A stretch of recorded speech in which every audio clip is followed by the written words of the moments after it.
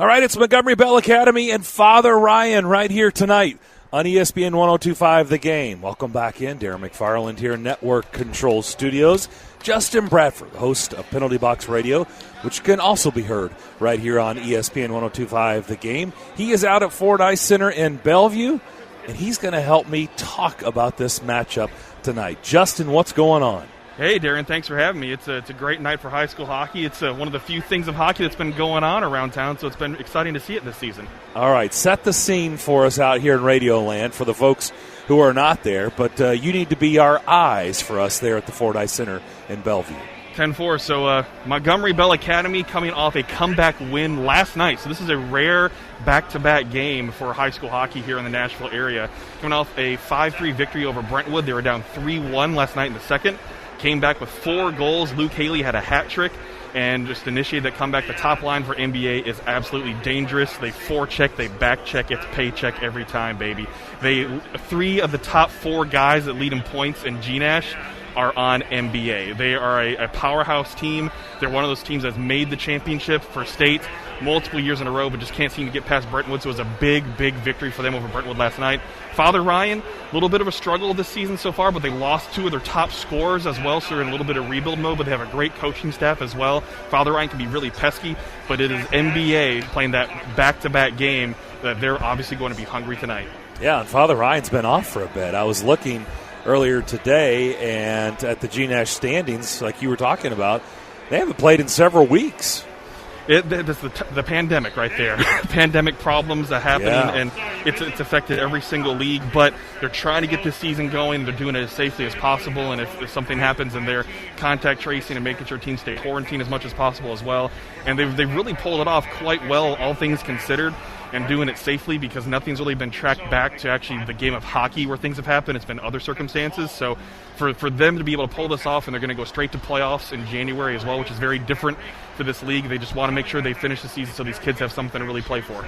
Something that really stood out to me, Justin, was NBA with their big win last night, as you mentioned, over Brentwood. Now 11-0 on the year. They've scored the second most goals when I was looking at all the other teams and in the greater Nashville area, and they're second most goals scored. But what stood out to me is their goals against. They are a stingy team. There's a lot of shutout victories in that 11-0 record. They've only given up 7 goals this year. There absolutely are, and that's one of those things that folks should know, too, about GNash and high school hockey is the way the league really works is usually they're playing every single team in the first half of the season to basically see where every team stands. And then the second half of the season is where they tier them up, basically like relegation that we see a lot of times in soccer. And you have the top half of the teams playing each other and the bottom half, each playing for their own championship. We're not going to get that this year, but that's where you would have them playing really good teams every single game, instead of sometimes you have a little bit of weaker teams that are in rebuild mode or teams a little bit younger. So they played some teams that haven't been the best this season, and they've been able to rack up those stats as well. And that's nothing against NBA, it's just the competition that they face. But their goaltender has stood on his head, and he did that against Brentwood last night when he absolutely had to.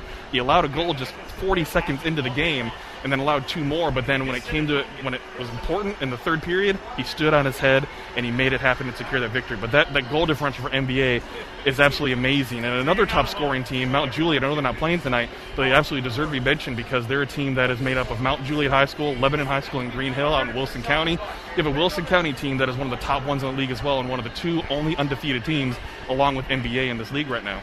Yeah, they're the leading scorer. When I was looking, they've scored actually 12 more goals than NBA. I want to talk about, you touched on Father Ryan. They've only played 8 games this year. They're 4-4. NBA has obviously played 11. 12 games is the most anybody's played. 8 is the least anybody's played. We're seeing this in sports all over the country, in all sports, right? Everybody having to deal with the pandemic, everybody having to deal with testing and COVID-19. How difficult of a challenge has it been for high school hockey this season in this area? It's been difficult, but I will say this. The coaches, the players, the parents have been fantastic in being flexible. There have been things where it's happened the morning of where they've had to say, hey, we need to cancel this. This is now going to be a practice for this team. Can another team fill in this spot? and you have day of teams are filling in and saying, yeah, we'll take that game. We can play tonight. We're ready because we need to play this team anyways. Because when the schedule is as easy as you play every team once, then you know who you have and who you haven't played if you need to fill that game in. And so that's opening up spaces, too. When another team says, we can take this one, it opens up another spot later on where they can fill in that postponement game. So they've been doing a lot of work. Maggie Raines with GNash, she's a lot of the scheduling.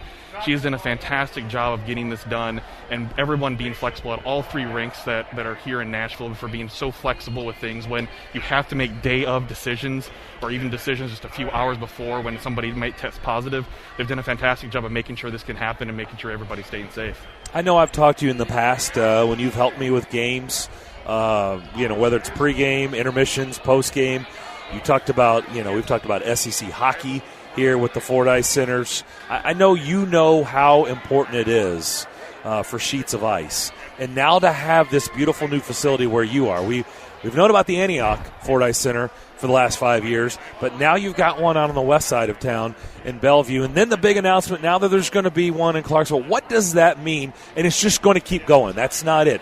And then there's going to be another one, and then another Fordyce Center. That is the goal of the Nashville Predators for hockey here in Middle Tennessee. But every time one of these new rink opens, like the one you're sitting in right now, what does that mean for this area?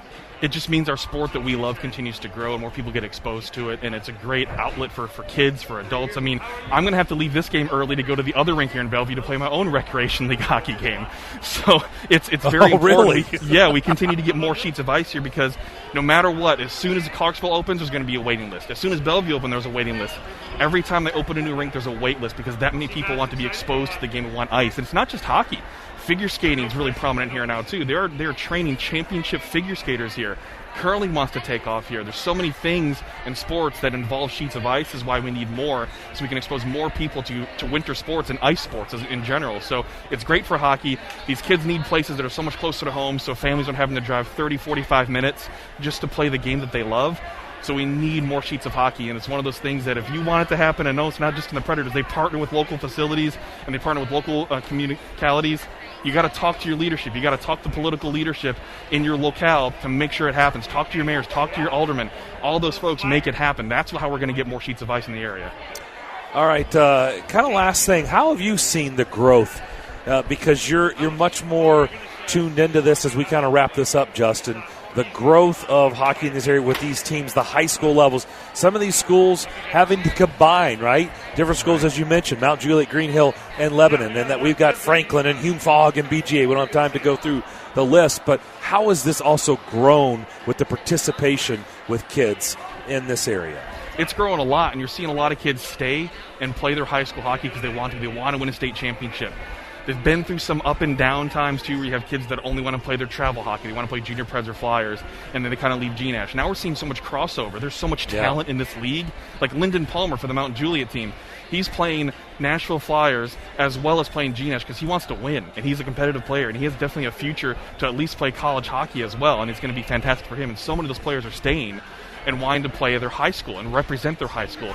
There's still a lot of work to be done because we need more ice so we can continue to grow the game, because you think about ice now in Bellevue is going to affect when Hillwood may have representation and kids playing on teams. But that's not going to be for a generation, right?